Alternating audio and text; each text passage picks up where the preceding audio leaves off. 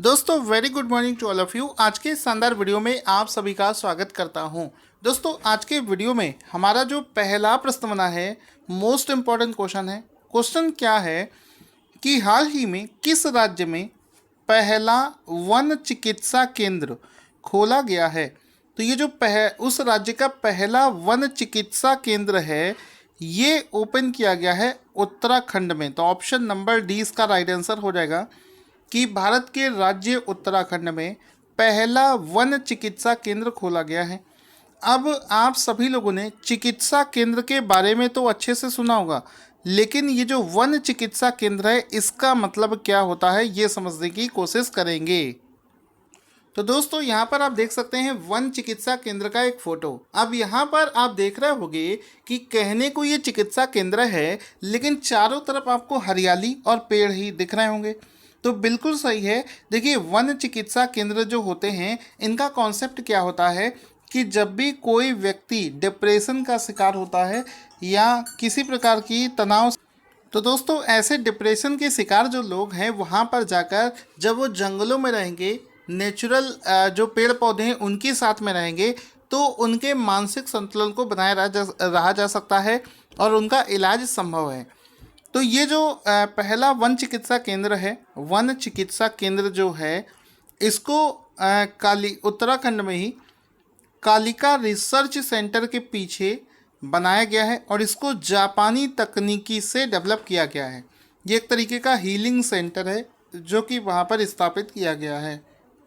अगले क्वेश्चन पर जाने से पहले आपको बताना चाहूँगा कि हमारा जनवरी और फरवरी का पीडीएफ लॉन्च हो चुका है, जिसका लिंक इस वीडियो के डिस्क्रिप्शन बॉक्स में दे रखा है। अगर आप उसे लेना चाहते हैं तो जाकर खरीद सकते हैं। क्वेश्चन बनेगा किस बैंक ने मार्च 2021 में ऑपरेशन ट्विस्ट की शुरुआत करी है। तो ये जो ऑपरेशन ट्विस्ट है इसकी घोषणा हाल ही में करी है आरबीआई ने। तो ऑप्शन नंबर डी इसका राइट आंसर हो जाएगा कि आरबीआई ने मार्च 2021 में ऑपरेशन ट्विस्ट नाम के एक नए अभियान की शुरुआत करी है। This is very important. ठीक है, तो ऑप्शन नंबर डी इसका राइट आंसर हो जाएगा। इसमें आप देख सकते हैं आरबीआई के द्वारा ऑपरेशन ट्विस्ट की शुरुआत करी गई है, लिखा है ऑपरेशन ट्विस्ट। अब इसमें आरबीआई क्या करेगा, देखो आरबीआई क्या करता है कि मार्केट में पैसे का फ्लो ज़्यादा हो रहा है तो उसको कम करता है। अगर मार्केट में पैसे की कमी है तो वो मार्केट में पैसा डालकर उसकी लिक्विडिटी को बनाता है। तो ऑपरेशन के तहत क्या करेगा आरबीआई, ये अपना ओपन मार्केट ऑपरेशन चलाएगा। ये एक तरीके से ओपन मार्केट ऑपरेशन है। इसमें क्या होगा कि ये 20,000 करोड़ रुपए की सरकारी प्रतिभूतियां को खरीदेगा और 10 मार्च के आसपास में ये 15,000 करोड़ रुपए की प्रतिभूतियों को बेचेगा। तो इस तरीके से क्या होगा कि ये मार्केट में कैश फ्लो का बैलेंस बनाएंगे सो दैट जितने भी रेट्स होते हैं वो बैलेंस वे में रहे। तो ये आरबीआई के द्वारा चलाए जाने वाला अभियान है जिसका नाम है ऑपरेशन ट्विस्ट। इसके बाद में अगला प्रश्न बनेगा कि एक सेतु है जिसका नाम है मैत्री सेतु। मैत्री सेतु का निर्माण भारत और किस देश के बीच में किया गया है। तो ये जो मैत्री सेतु है इसका निर्माण भारत और बांग्लादेश के बीच में किया गया है। ऑप्शन नंबर सी इसका राइट आंसर हो जाएगा कि मैत्री सेतु का निर्माण जो है ये भारत और बांग्लादेश के बीच में किया गया है। तो ऑप्शन नंबर सी इसका राइट आंसर हो जाएगा। इस सेतु का उद्घाटन किसने किया है, ये भी एक क्वेश्चन है। तो ये जो सेतु है इसका उद्घाटन 9 मार्च 2021 को प्रधानमंत्री मोदी जी ने किया है। तो प्रधानमंत्री मोदी जी ने 9 मार्च 2021 को इस सेतु का उद्घाटन किया है। ये जो मैत्री सेतु है, ये जो सेतु है किस नदी पर बना है, ये फेनी नदी पर बना है। कौन सी नदी पर, ये फेनी नदी पर बनाया गया है मैत्री सेतु। ये जो नदी है ये त्रिपुरा और बांग्लादेश में भारतीय सीमा के बीच में बहती है। त्रिपुरा और बांग्लादेश के बीच में ये बहती है फेनी नदी, उसी पर ये मैत्री सेतु बना है जो कि भारत और बांग्लादेश की सीमा पर स्थित है। अगला क्वेश्चन दोस्तों बनेगा कि जम्मू एंड कश्मीर का पहला वाइट वाटर राफ्टिंग उत्सव कहाँ पर आयोजित किया गया है? तो जम्मू कश्मीर का पहला वाइट वाटर राफ्टिंग उत्सव जो है ये जम्मू कश्मीर में एक जगह है जिसका नाम है डोडा, वहाँ पर इस उत्सव को शुरू किया गया है। ये एक तरीके का वाइट वाटर एक राफ्टिंग शो है, उत्सव है जिसको जम्मू कश्मीर के डोडा में शुरू किया गया है। तो ऑप्शन नंबर डी इसके राइट आंसर हो जाएगा। दोस्तों वर्ष 2022 में भारत अपनी स्वतंत्रता के 75 वर्ष पूरे कर रहा है। तो इस अवसर पर एक कमेटी बनाई गई है, उसको लेकर एक क्वेश्चन बनेगा कि भारत की स्वतंत्रता के 75 वर्ष पूरे होने के अवसर पर पीएम मोदी की अध्यक्षता वाली उच्च स्तरीय राष्ट्रीय समिति के कितने सदस्य होंगे? तो ये जो पूरी कमेटी बनाई गई है उसका एक तो बनेगा, आपको बता देता हूँ, अध्यक्ष। तो इस पूरी कमेटी का जो अध्यक्ष है वो बने हैं प्रधानमंत्री मोदी जी, और इस पूरी कमेटी में 259 मेंबर्स हैं। कितने हैं? कुल मिलाकर 259, कुल मिलाकर 259 जो हैं इसमें मेंबर्स हैं, जिसमें कि अध्यक्षता इसकी करेंगे प्रधानमंत्री मोदी जी। तो ये भी क्वेश्चन इम्पॉर्टेंट है कि इस कमेटी का भारत के स्वतंत्रता के 75 वर्ष पूरे होने के अवसर पर जो कमेटी बनाई गई है उसके अध्यक्ष बनेंगे प्रधानमंत्री मोदी जी, और इस कमेटी में 259 मेंबर्स हैं।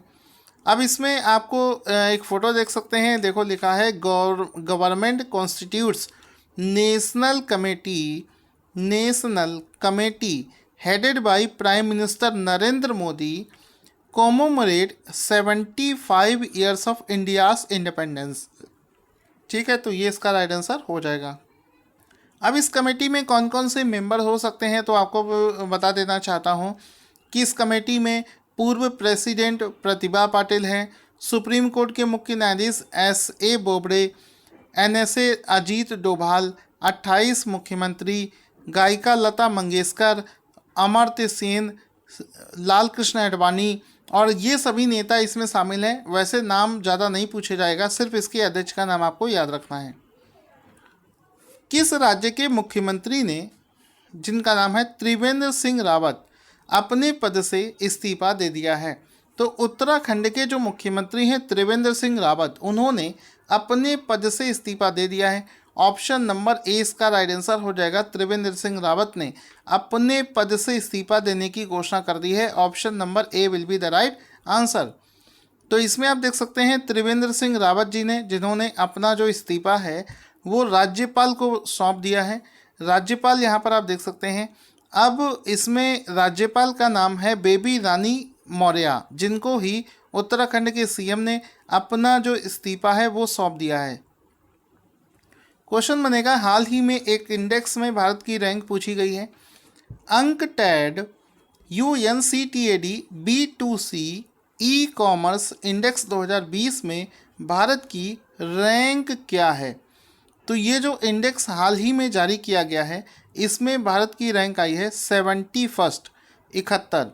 तो भारत की इसमें रैंक आई है 71वीं। ऑप्शन नंबर डी इसका राइट आंसर हो जाएगा। अब इसमें आप देखोगे लिखा है अंकटैड इंडियास रैंक 71।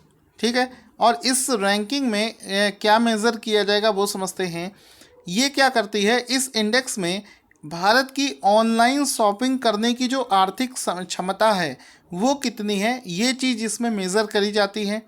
और इस लिस्ट में पहले स्थान पर आता है स्विट्ज़रलैंड, यानी कि स्विट्ज़रलैंड की जो ऑनलाइन शॉपिंग करने की जो क्षमता है, इकोनॉमिक क्षमता है, वो सबसे ज़्यादा पाई गई है, और भारत को इस लिस्ट में 71वें स्थान पर रखा गया है। तो आंसर हो जाएगा, इस इंडेक्स में भारत की रैंक आई है 71। हाल ही में महिलाओं के लिए किस बैंक ने अंतर्राष्ट्रीय महिला दिवस के अवसर पर स्मार्ट उन्नति कार्यक्रम की शुरुआत करी है? तो महिलाओं के लिए, महिलाओं को प्रमोट करने के लिए, उनको और ज़्यादा मोटिवेट करने के लिए ये जो प्रोग्राम है स्मार्ट अप उन्नति, इसको हाल ही में HDFC बैंक ने शुरू किया है अंतर्राष्ट्रीय महिला दिवस के अवसर पर। अब ये अंतर्राष्ट्रीय महिला दिवस किस दिन मनाया जाता है, इस चीज़ का आंसर आप लोग देंगे तो ऑप्शन नंबर ए इसका राइट आंसर हो जाएगा। इसमें आप देख सकते हैं HDFC बैंक का उन्नति, स्मार्ट उन्नति, प्रोग्रेस फॉर वुमेन, वुमेन्स के लिए इस प्रोग्राम को HDFC बैंक ने लॉन्च किया है।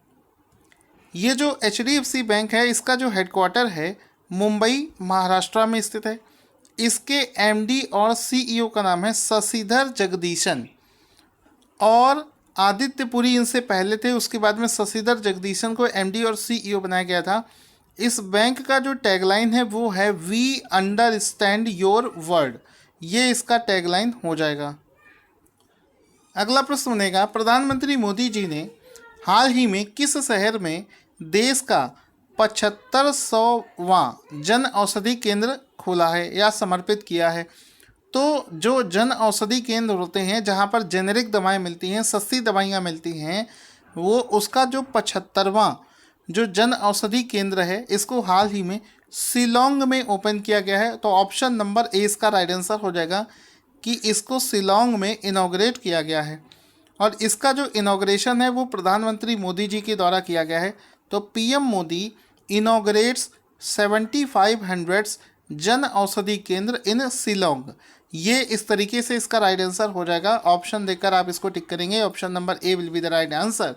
और ये जो प्रधानमंत्री जन औषधि योजना है इसको प्रधानमंत्री मोदी जी के द्वारा 1 जुलाई 2015 को लॉन्च किया गया था। इसमें जेनेरिक दवाइयाँ मिलती हैं, बहुत ही सस्ते रेट पर आप यहाँ से दवाइयाँ उपलब्ध कराई जाती हैं।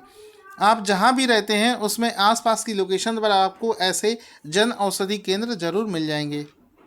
दोस्तों आज का क्वेश्चन जिसका आंसर आपको देना है कि CPCB के द्वारा जारी एयर क्वालिटी इंडेक्स में भारत में सबसे प्रदूषित स्थान कौन सा है। अपना आंसर कमेंट बॉक्स में लिखना ना भूलें। Thank you for watching this awesome video.